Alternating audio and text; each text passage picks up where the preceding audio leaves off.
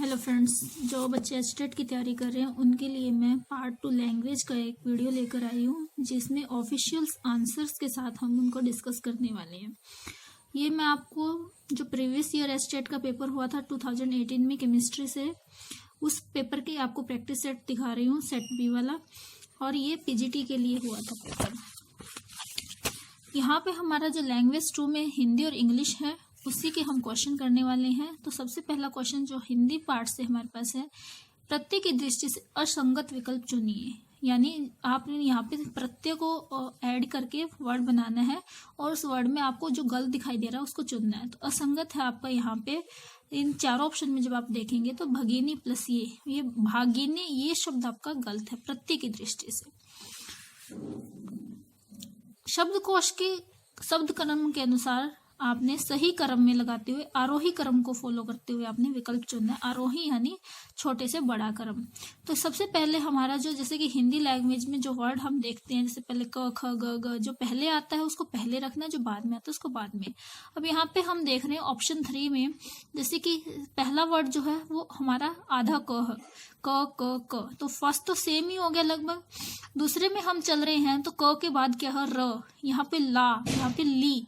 तो इस तरीके से हम देख रहे हैं इन तीनों वर्ड में हमारा जो पहले र आता है, फिर ला आता है, ला में भी आ पहले आएगा, ई बाद में आएगा, और क। ये तो हमारे तीनों इस तरीके से हमने देख लिए कि ये बिल्कुल राइट ऑर्डर में पहले क्रम, क्लांति, क्लिष्ट, और हमें पता अक्षर जो है वो क के बहुत बाद में अक्षर आता है, तो ये वर्ड लास्ट में ही रखा जाएगा। तो सही ऑर्डर जो है आरोही क्रम का वो यही रहेगा हमारा। उसके बाद हमारा नेक्स्ट क्वेश्चन जो है, वार्तनिक दृष्टि से अशुद्ध शब्द छांटिए।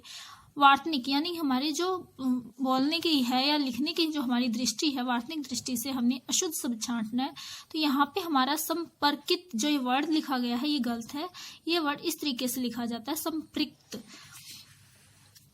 हम सफर अगर एक दूसरे को समझ ले तो जीवन आसान हो जाएगा। उक्त वाक्य किस काल से संबंधित है? ये नेक्स्ट क्वेश्चन है, जो इसमें हमें वाक्य जो हमें दिया गया है उसका काल बताना है, कौन से काल से है। तो ये आपका जो काल है यहाँ पे हेतु मध्य भविष्य, हेतु मध्य भविष्य काल से आपका ये क्वेश्चन है, वाक्य दिया गया है।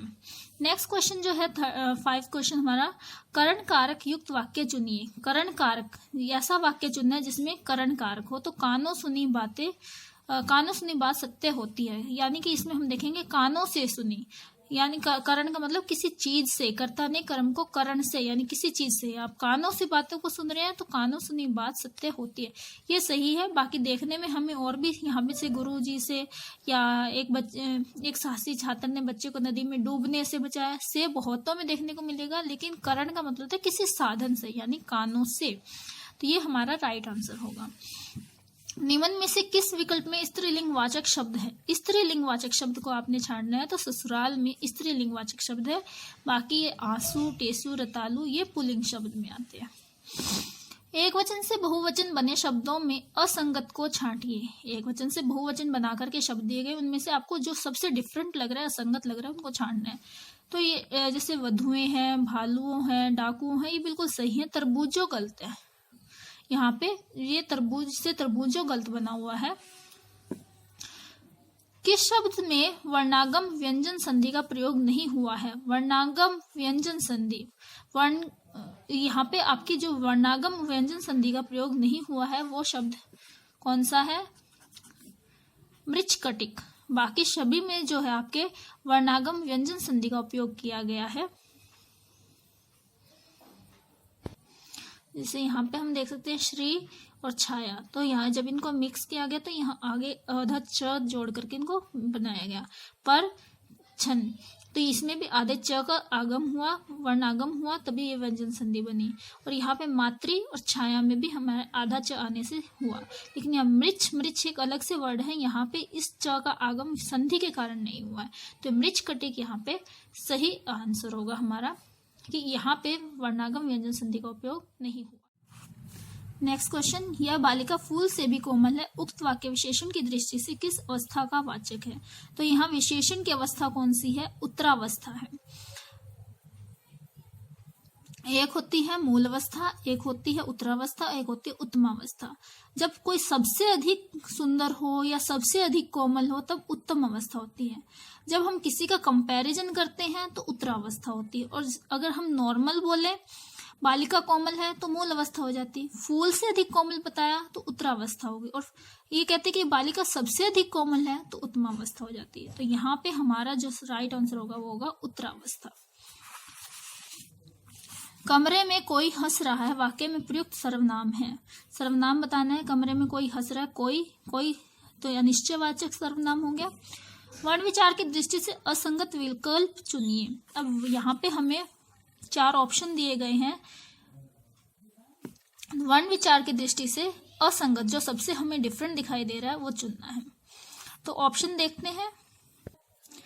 फर्स्ट ऑप्शन है एक ही स्थान से उच्चरित 2 स्वरों के योग से निर्मित स्वर उत्पत्ति के आधार पर दीर्घ स्वर कहलाते हैं, जबकि भिन्न भिन्न स्थानों से उच्चरित 2 विजातीय स्वरों के योग से निर्मित स्वर संयुक्त स्वर कहलाते हैं। बिल्कुल राइट है।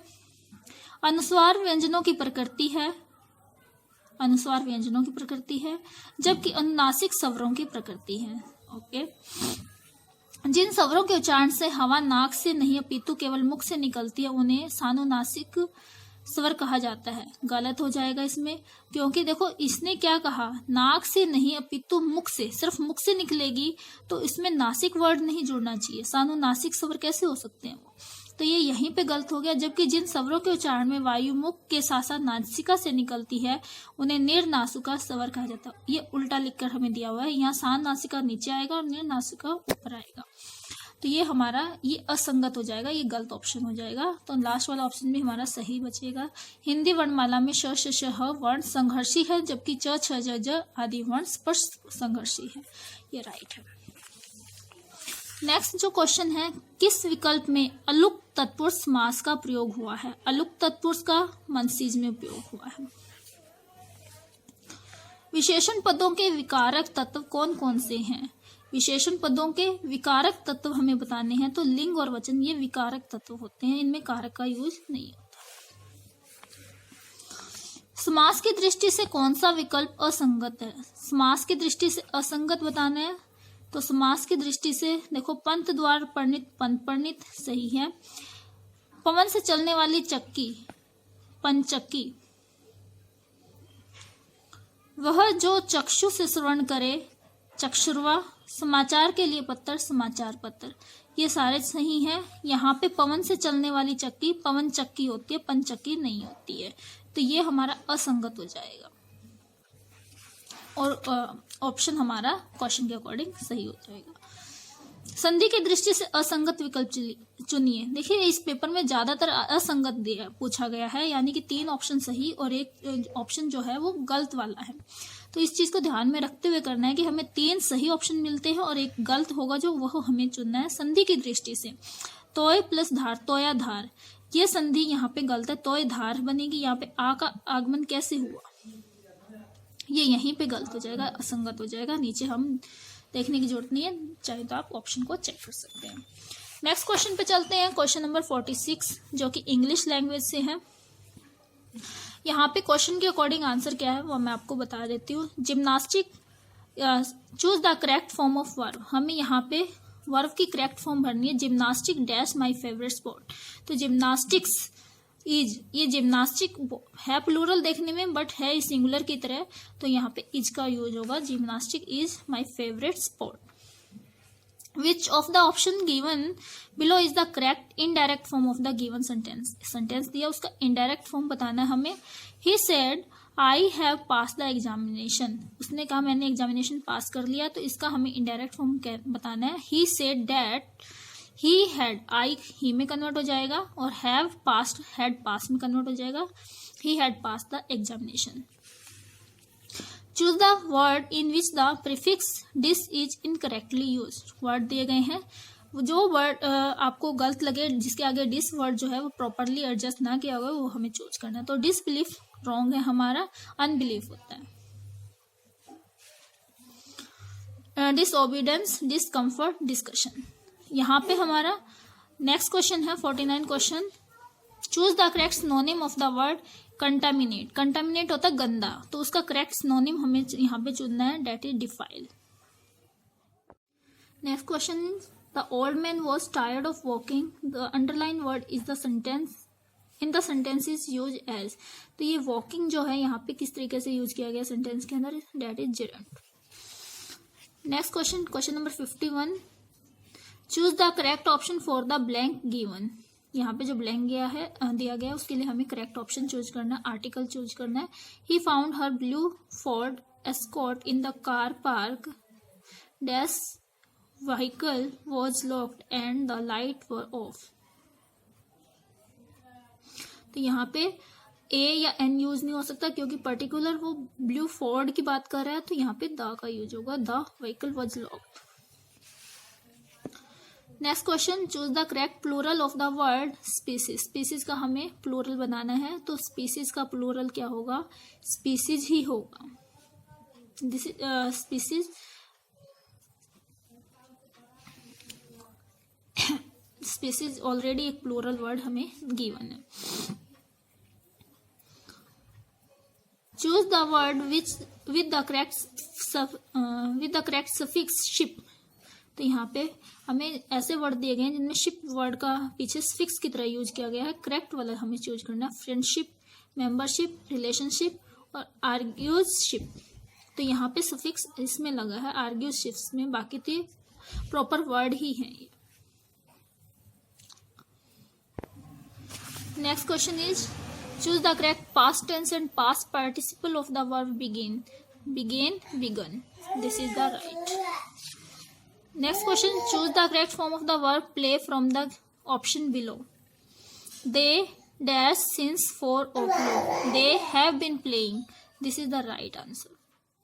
यहाँ पे since देकर आप लगा सकते हो, perfect continuous tense का यूज होगा यहाँ पे। Next question, choose the correct option of the underlined phrasal verb. Underlined phrasal verb के लिए हमें correct option choose करना है। तो यहाँ पे we must cut down expenses or we will be getting into debt। यहाँ कट डाउन का मतलब होता है रिड्यूस इन साइज और अमाउंट, हमें अपने एक्सपेंसेस को कम करना है।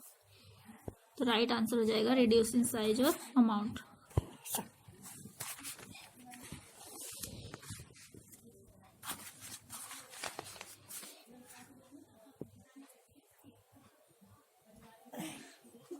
नेक्स्ट क्वेश्चन है choose the correct synonym of the word pinnacle. Pinnacle के लिए हमें सिनोनिम बताना है, डेट इज पीक।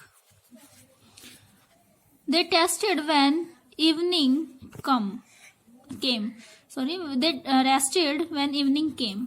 तो उन्होंने रेस्ट किया जब इवनिंग आई। The underline group of word in the above sentence is A N. ये underline word when evening came क्या है, एक एडवर्ब क्लॉज है।